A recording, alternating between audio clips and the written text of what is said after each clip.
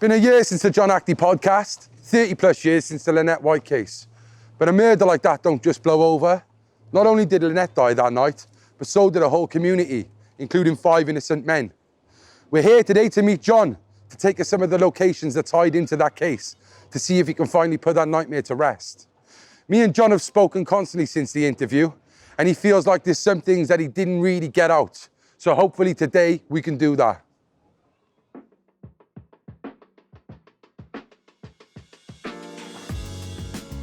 I even asked the police stopping me in the street. What they done to us is a wicked thing, and they should be, that's their own police, South Wales Police.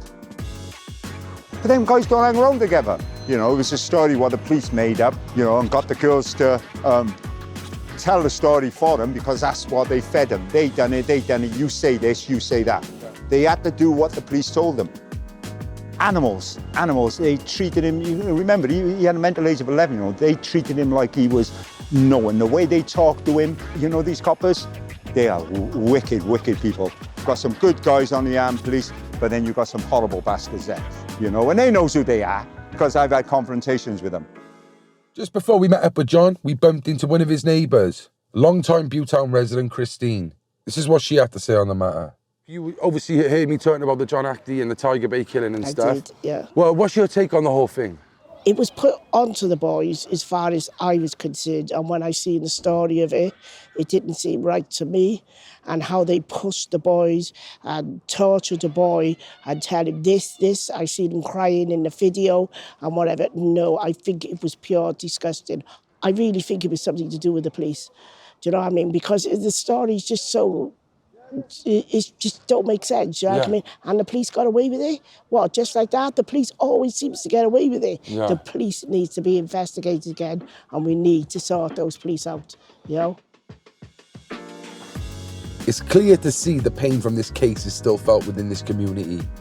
I now think it's time to go and meet John, where it all started for him at his old house on Bute Street.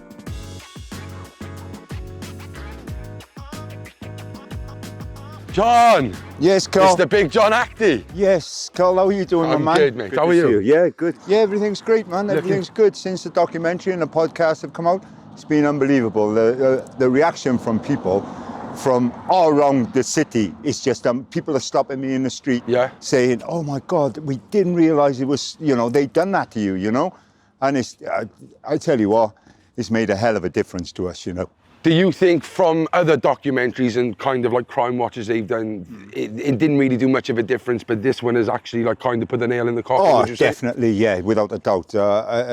With the podcast, The Central Club, and with A Killing in Tiger Bay from the BBC, it's been unbelievable. Honest to God, you know. We're on about the documentaries before then, you know, nothing. You know, that was just highlighting.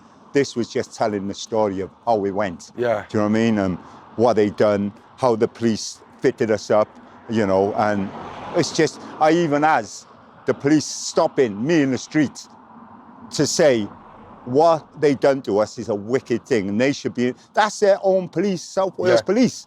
You know, I know a lot of people will say, well, do you know what I mean? Why is the police saying that? Well, the police are saying that because they joined the force to make a difference. Yeah. Do you know what I mean? Not to put innocent people in jail for a crime they knew nothing about. Well, we're here on Bute Street, where it all began for you and the other 4 involved. Take us back. You know, we've never really been down here. Well, you know, this is, as you know, this is Bute Street. You know what I mean? This is my old house. This is where they come and arrested me. Do you know what I mean? You know, back in the day, you know, everything was a little bit, you know, dreary down here. You know, obviously, things have picked up now over the last 30 years, as in, you know, improving and so forth and so on. But, you know, this is where it all started for me right here. This is where the police come to my house. Yeah, can you take us through that? What happened? Well, they come that morning on the 6:30, Tommy Page and his other colleagues, and knocked my door and basically asked me to come with them to the police station for a crime I never committed, but that's how they come to my house, you know, and it was at 6:30 in the morning. I told them to go and wait in the car, which they did around the corner, around there, by Brandon Iyer. Yeah. And then I went out and that was it. I never seen my house for 2 years after. Unbelievable. It's unbelievable. The people who live there now, do you... Yeah, I know them. They're from the area. Yeah, Bangladeshi family, a good family. You know, I've known them for years. You know what I mean? So, yeah, you know, the area have come better. You know, policing. You know, I would say they're on the change. You know what I mean? They're trying to do things a lot better, even though they're still making these stupid mistakes in, you know, picking on people. But you know, this is what happens. You know what I mean? Mistakes are made, but when you're deliberately doing it, you know, it's not acceptable. It's a bit of a, you know, probably a bit far out me saying this, but would you say in a way that the case that happened with you guys was probably the breaking point of what Cardiff Bay used to be like to the development it is now? Oh yeah, it showed a big difference, you know, of what's happened over the last 30 years. Definitely things have changed, you know, for the better. Yeah. Do you know what I mean? Obviously, the police had to get a result back then, so, you know, they had to lock whoever up they wanted, you know what I mean? So, unfortunately, I was one of them. What was Bute Street like before the murder and when you got out? What was the community like with you? Community being cool, you know what I mean? Community was, you know, obviously you're going to get, you know, people who you don't speak to, people who don't like you, people I don't like, you know, then people will always stab you in the back and say, yeah, I think they done it because, you know, you don't speak to them. But the majority of the people, you've seen the people who come together to get Tony, Dulla and Stephen out, you know what I mean? You've seen the amount of people, the marches, you know what I mean? So, you know, everyone have pulled together and helped us over the years, and it's been really good for them, you know? I think the best way you can describe it for yourself about being in this community is you're still living here now, aren't you? Yeah. Where do you live in? I live up in Loudon Square in the flats. I'm up on the 11th floor. I love it there because I'm out of the way.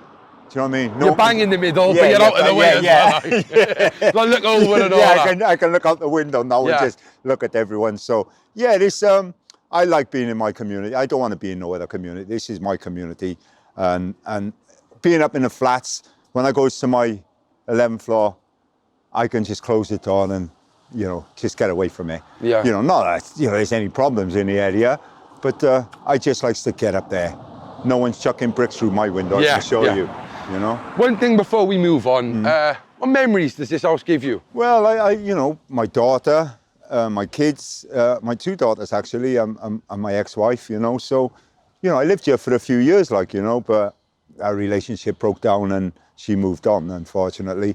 But that's how it was. Yeah, it holds memories, of course, you know, good, bad. Do you know what I mean? Bad when they come and took me, you know, good when my daughter was born, that kind of stuff, you know. But it is what it is, you know, and you just kind of move on and try and cope with how things are going, you know. But, you know, when I come here, you know, this is the house where, obviously, you've seen in the documentary where Teddy White come with a shotgun.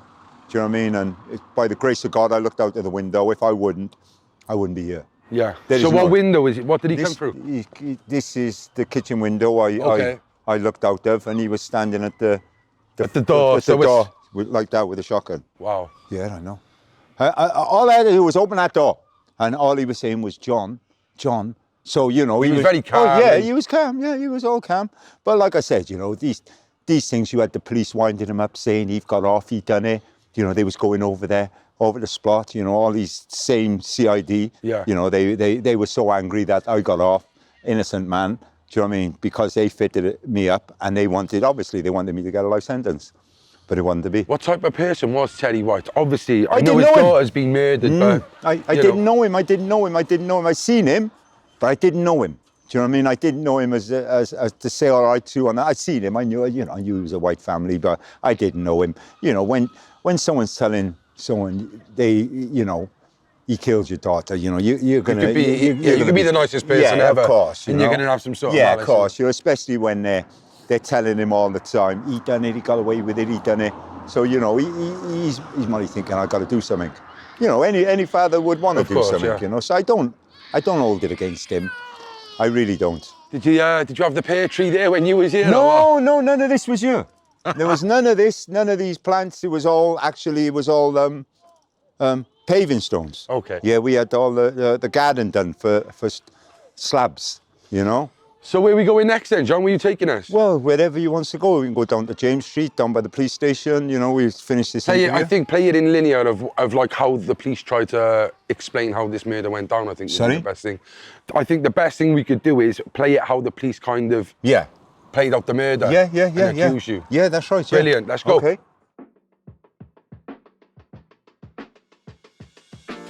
We're now heading down to Mount Stewart Square, now a media hub for the city. It was once the home of the famous Casablanca Club, where people from all over the city and surrounding areas would come to vibe. John was also the head doorman.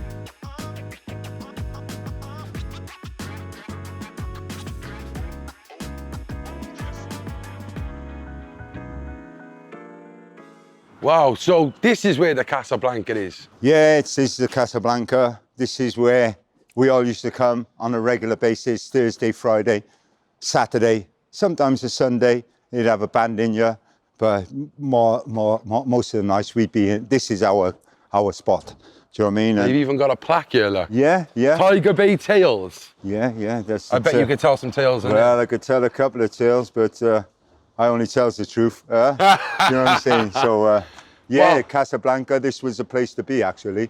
Everyone used to come here. They used to come from far away just to come to this club, you know, because it was so relaxed. You could come in here, sit down, no one's troubling you, get on, do what you want to do, and just have a nice time. What type of music, what type of people would you see in here? Oh, yeah, all different types of people, you know, just everyone from all different backgrounds, you know. White people, Indian people, black people, you know, you name it, they was there. People used to just come here because it was a good vibe. Yeah. Do you know what I mean? You know, if the police was ever called here for a fight, it never happened. Yeah. It never happened, do you know what I mean? I don't even think I might see one or two little fights here, but the amount of time I've been coming here, it was just a top place to be. Normally, when you have infamous places like the Casablanca, like pubs, it's normally the reputation. But this got some sort of reputation for something else. It's the vibes, the music, the love. The music, the love, the security was good. Everything about the Casablanca was good. Yeah. You know what I mean? People used to come from town, you know, after the clubs had closed, just to come down here. And this is what baffles me, how somewhere so nice, so relaxed, you know, such a good reputation, can then be the backing story for a notorious murder. Yeah. Yeah, that's exactly how they done it, you know. A black thing, you know, black guys, a black club, you know, open to every, you know, nationality still, but it was mainly black people. And this is where they started their story from, you know, and this is where they said we all got together and walked down James Street and, you know, obviously said, you know, we killed Lynette White, you know, which obviously, you know, is proven we never. And so this is where it really all started, where they said we all planned to kill Lynette White and we all walked down. Was you ever in this club with all four of them at the same time? No, I wouldn't say I had. No, Yusuf never used to come to this pub. Tony, I'd be in there when Tony was there because Tony used to work there. Ronnie was not a regular in this place. Stephen Miller, he'd pop in here just to play some pool in the back. But no, it wouldn't be like 4 or 5 of us in the same place. And if it was, you know, I'd be over there, they'd be over there, he'd be by there, with their, you know, little cliques. Yeah. You know, and that's how it was. You know, everyone had their little friends to move with back in the day. We never used to hang around together. They knew that, you know. So putting us together, people must say, hold on a minute, these guys don't mix. But that was their plan, that's what they done. They set out to take us 5 and put us in James Street, and that's what they done. And then we just carried on, and so forth and so on. It's crazy to think, like... It's absolutely mad. Yeah, you know, they obviously did not do their research. No, they never. For you to think that you 5 were sat in a little room. Yeah. In a back room, like, you know, planning to go and kill Lynette White for what? Why would someone want to go and kill Lynette White? Obviously, the guy killed her, and that was because something to do with some money or some, you know, she wouldn't give him back his money. He wasn't happy. Yeah. But you know, it's just it was a punter murder from the beginning. So would you ever get any of the working girls come round the Casablanca? Was this a spot for the girls as well? Or? No, you get a few of them around there. You know, you get a few girls coming around there from up the top of the road. But Otherwise, no. They was always quiet. There was never no problem, even if they did come into the club. You know, everything was cool. You know, they'd come out and sit in their little corner and have a drink. So this is where they told you come, yeah. And this is James Street, is it? This is James Street now. This is where they're saying we come from the Casablanca and march down James Street. Should we go down there? Yeah, come on. Yes, show the people exactly what's what. During our little walk around Butetown, it was amazing to see the respect and admiration people had for John Actie. We couldn't even film for at least 5 minutes without someone beeping the horn or giving him a shout out. Well, go on. Huh? You okay? You're a celebrity anyway. I see you on Wales Online all the time. Crime Watch. Huh? Give me a shout. Give me a ring. All right then. Woo! Hiya! Woo! Hiya! You okay? Long time no see, yeah? All right. Hello there, young lady.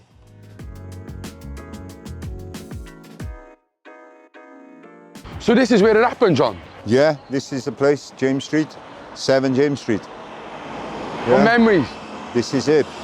Well, bad memories really, you know, when you think of James Street, you know, what they said we done, you know? Yeah, I think the maddest thing about it is, over, you know when they say over years, like things become legendary, like in my head, when I've heard this story so many times, it's like it could be believable that you did walk from the Casablanca and you, like I'm putting you here as if you was involved here, but you was never here. Never here, never, you know, that's what they wanted people to believe, you know, when they put it, we come from the Casablanca, you know, all right, we was all in the Casablanca, I don't know where we was all in there that night, but I'm just saying they wanted people to believe we was in the Casablanca and we all walked down here to kill Lynette White because she owed money for drugs and all this stupid, you know, it's, because it's in this area, black area, you know, drugs, prostitution, people believe in it. Do you know what I mean? Thinking, well, but them guys don't hang around together. You know, it was a story what the police made up, you know, and got the girls to tell the story for them because that's what they fed them. They done it, you say this, you say that. Yeah. And that's exactly what they done. What was this area like then? Oh, it was kind of roughage, you know what I mean, down here. Yeah, it was kind of rough down here, you know, you had a lot of prostitutes, a lot of sailors, a lot of ships coming in, and you know. So I'm assuming the docks was still there then? Oh, the dock, the ship, everything. You had all the old places around here, the North Star, Mel's Bar, other little stupid little shit all over places. You know what I mean? Yeah. So it was busy down here. So was that building renowned of a place where like prostitutes? I didn't even know that actually until they said after, but no, I don't think it was a known place for prostitutes because, you know, if it was, then the people in the community would have known, oh, there's all prostitutes going in there. You know, people are talking in your local community. But I never ever heard no one talking about there was prostitutes in here. Not that I cared anyway, because it makes no difference to me where they work. Yeah. It seems like the further you go up Bute Street, it was a really tight-knit community. Would you say down by here was more, well, back then it was undesirable? Yeah, well. Because you still got a community around here as well, haven't you? That's right. This community was only just coming up then. Do you know what I mean? This is a newer building. Yeah, it's a newer building to up there. So up there, it's more established as, you know, a bigger community. You know, it's a community down here, but I think they only built these houses in the 80s anyway. Yeah. Do you know what I mean? So, you know, it was kind of new. Yeah. It's crazy. It's sad. And for the people as well, like obviously who don't know what happened that night in that building, John. Well, of course, yeah. Yes, guys. Yes, brother. Okay. Well, there you go. You know, people said they heard screams around here. These girls said yo, brother. Yeah, she screams. They love you around here, John. They love you around here, don't they? Yeah. And you know, so basically, it was a rough area down here. Do you know what I mean? It was rough, you know. And that's how it was. Yeah. You know, everywhere it goes through that area, you know, until it's all cleaned up, until it's all, you know, done up nice. Yeah. Let's have a little look walk around this. Yeah. Show me what cafe was. Yeah. Yeah, this, so they were the flats by there where they called them out then, was it? Yeah, that's where they said Liamville Day and Angela. So there was prostitutes over there? Yeah, they were in someone's flats over there. Now they said It was up in that flat up Would there. they have come through this door? Or? Yeah, they would have had to be through that door. It's what the police told them to say. They run up the stairs, they push past me out the way. Yeah, big guy. Push past me, run in the room and seen this and seen that. They never seen nothing. No. And with the cars, they're not hearing screams from over there. No, they done tests on Panorama and all of them things. They never heard nothing. I think they weren't even there, so they couldn't have heard nothing. Do you know what I'm saying? The police threatened them so much, they even convinced the girls they was there. Yeah. Do you know what I'm saying? They had to do what the police told them.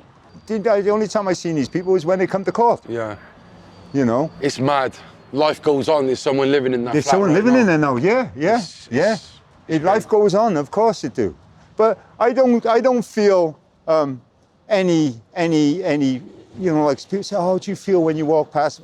I don't feel nothing because I wasn't there. Yeah. Do you know what I'm saying? So I know it must take a psychological toll. Yeah, no, you think about it. You think when you pass it, you think, God, they thought, didn't think. Yeah. They put me in a flat there when I wasn't even there. Yeah. So you do think of it like that. But as far as feeling bad, no, I wasn't there. Yeah. Do you know what I'm saying? Do you get any problem? Do you feel? How do you feel when you walk past? I say I got no problem because, like I said, I wasn't there. I'd never been in there, and thank God I'd never been in there because if I would have been there, maybe my DNA might have been in there. Yeah. Do you know what I mean? They would have said, well, you was there before, and now we got you. Do you know if any of the others had ever been in there? No, none of them have been in there.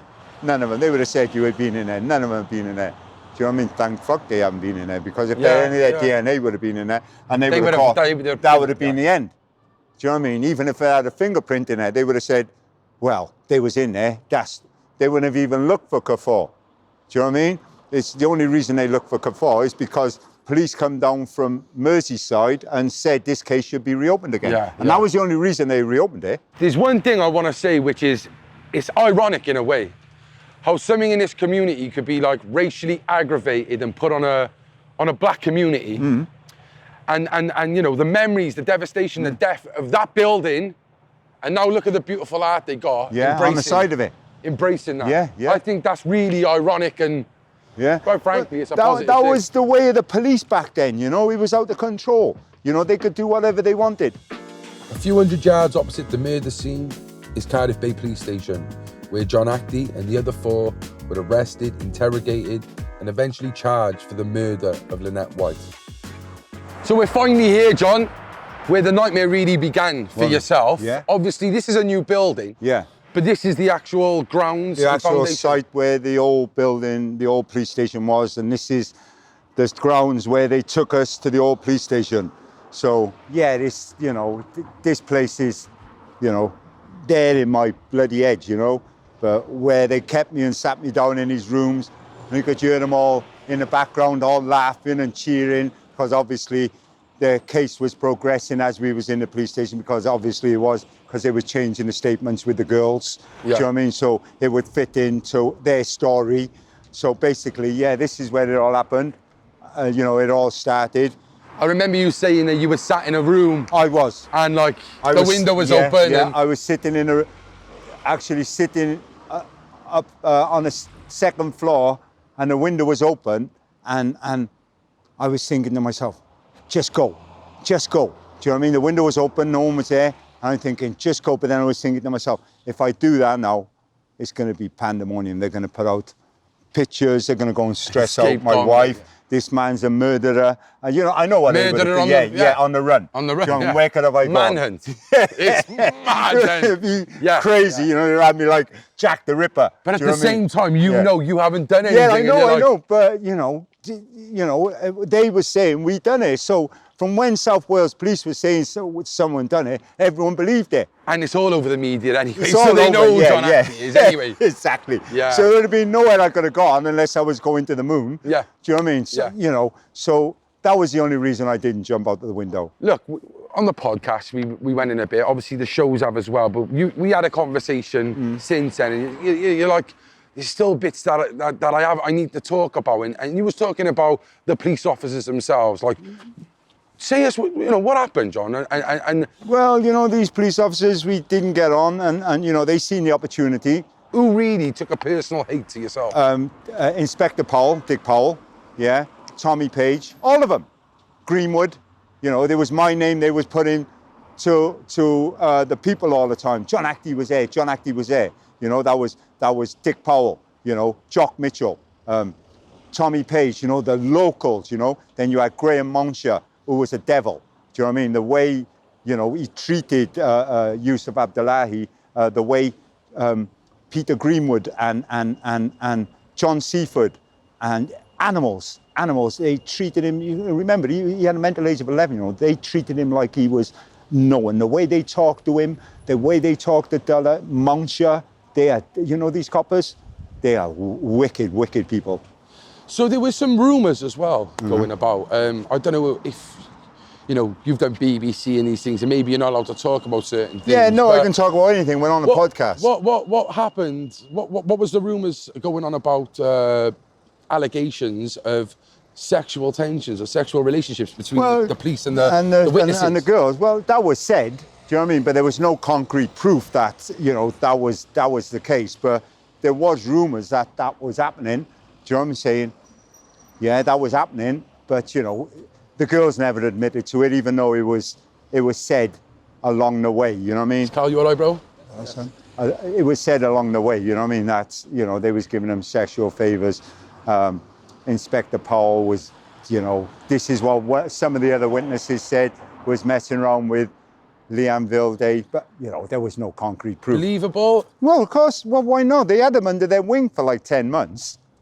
Do you know what I mean? It was, you know, there was a lot of coppers used to mess around with the prostitutes up in up by the Custom House anyway. Do you know what I'm saying? So, you know, it's, yeah, believable. And obviously, you know, we talk about the police, they celebrated in your local pub as well. So this is not far-fetched stuff. They were kind of... Yeah, it was personal. They celebrated in my local pub, the Bosun. They was there the night they charged us, drinking champagne. Do you know what I'm saying? So that's how personal it was. That's how serious it was. So, you know, we took, like, there's one thing that we all know, and that's like the police were arrested, the documentation went missing. So they can't now get arrested. The police can't get arrested again. It's all cleared out now. The judge acquitted him on his, you know, for him to acquit him, he cleared him. So when the paperwork went missing, you know, what they should have done really, adjourned the case, which they would have done for any normal other case. If it would have been criminals, they would have adjourned it, looked for the paperwork, found it 2 weeks later and carried on. But that was their opportunity to get out of it. They knew then, you know, obviously they had a phone call to say, mind this paperwork, move it. Come on now, paperwork don't just go missing like that. We don't see it in trials over, you know, how much people you know been to Crown Court and the paperwork have gone missing. It don't happen. It don't happen. Do you know what I mean? All they had to do was adjourn the case and the paperwork would have been found a couple of weeks later, which it was, but it was too late. So that's why they got off. Do you know what I mean? I believe that if the paperwork wouldn't have, there would have been convictions. They would have gone to jail. And then South Wales Police would have been completely finished. And that's why, the reason why the paperwork went missing. They couldn't get them convicted. So what's your mission now then? My mission now is just to, you know, carry on making the ones who tried to put me in jail for life, reminding them that we ain't forgot about this, you know what I mean? We want to bring it up as much as possible, just to show you, you know. If we can't arrest you in that way, we will make it as uncomfortable like you did for us. Exactly. So you're sitting down watching your TV, you know, and then you're going to see your face coming on the telly. Do you know what I mean? Nah, that's what I want, you know what I mean? Let them suffer. Because if we would have had a life sentence, we'd still be in jail if things wouldn't have happened, you know what I mean? But it didn't. I got acquitted, you know what I mean? Rightfully so. Tony got convicted, wrongly so. But, you know, he's home. He come out after 2 years with the help of the community and the solicitors and everyone else. So, yeah, I just want to keep it to show these police. Because remember, it's a different police. It's a different police now. Yeah, you got these young CID. You know, of course, you get some attitudes from them, but it's not like before. The ones who will give you the most trouble is the ones with the guns, the armed police. There's a few in that group. That's just because you're John Actie, though. Maybe so, you know what I mean? Maybe so. But there's a few in that group which are not nice, you know what I mean? Yeah. You know, wants to pull you over and, you know, because they got the guns and the tasers, you know, you're helpless, you know what I mean? Yeah, so, you know, so basically, you know, you got some good guys on the armed police, but then you got some horrible bastards there, you know, and they knows who they are because I've had confrontations with them. Do you know what I mean? So they knows who they are. So, but the ones who are okay, they don't trouble me. Well, it seems to me like you've adapted well to life since the murder and since especially the killing in Tiger Bay's come out. Oh, well, of course, yeah. How is it now for you? Oh, everything is just, you know, it's opened up. You know what I mean? You've got drama series, you've got people who want to write books. Everything have just opened up. Since Kerry Jackson come on the scene and done the podcast, Shreds, everything have just gone crazy, you know, especially when the documentary come out, especially the Central Club, James English. You know, there's more to come. We got another drama coming. We got another 2 documentaries coming out, all ready for HTV, Channel 5, and another 6-part drama. So it's not going away yet. Yeah. Do you know what I'm saying? Do you know the maddest thing about it is, it's like myself, been in this police station hundreds of times, you yourself. It's quite surreal being sat here filming. And they can't say fuck off. No, well, you know, no, I don't think that attitude is to come out and I think as before they know. They would have come out and stressed this out. But now it's a change of guard. You know what I mean? The hierarchy, the bad people, you know. And respect to South Wales Police for that. And respect to South Wales Police for that. Because usually, you know, they would come out and move along and you can't be filming around here. But it's not that case now, you know. I would say, you know, like I said, you know, they're getting better. You know, they still got a lot of work to do to get to the right place. But, you know, things are changing, you know, for the better. You know, there's obviously there'll be people out there saying, well, I don't think they change. I don't think they change. Well, if you've had the dealings what I've had with the police and, you know, over the years, I think you realise, you know, there is a change. Yeah. Is there anything, John, like you want to say? I want to say thank you for taking us round. Really, yes, no worries. You know, no problem. It's been a really... Yeah, it's good. It's good. I'm glad you come and so we could do this, you know, because, you know, I wanted to say a few more things I did on the Central Club, you know, and now I'm saying them, you know, as it is. Yeah, you know, it was really nice to be able to actually go to each location. I never knew where the Casablanca was. It was always in my head. I would, you know. So it was really nice to go through, you know, from your house, Casablanca to the murder scene, and now I think a lot of people will enjoy that. Yeah, I hope so. Yeah, I hope so. What are you going to plan for the rest of the day? Oh, I just got to go and see a friend up in the hospital now today. You don't stop, do you? No, it's go. Yeah. You know what I mean? Nice one, no, John, honestly, thank you. I want to say thank you very much. No for doing problem. This, it's a pleasure to come here and work with you. He's a celebrity now, isn't he? Well, I don't know about that, but you know, it's just nice to be recognised instead of being recognised for horrendous crime, you know? So everyone's happy, everyone's moving forward, and it's the right direction we're all going. Thank you, John. No worries, top man. Thank you. All the best, brother. Yeah, nice one. Do you need a work uniform? Want to start a clothing brand? Or maybe you have a football kit that needs a logo printed? Well, if I was you, I'd get in touch with the Re-Inspire Printing Company down Treforest Industrial Estate for the finest printing and embroidery in Wales. I use them for my custom-made mankini, but you could use them for t-shirts, hats, hoodies, and many, many other things.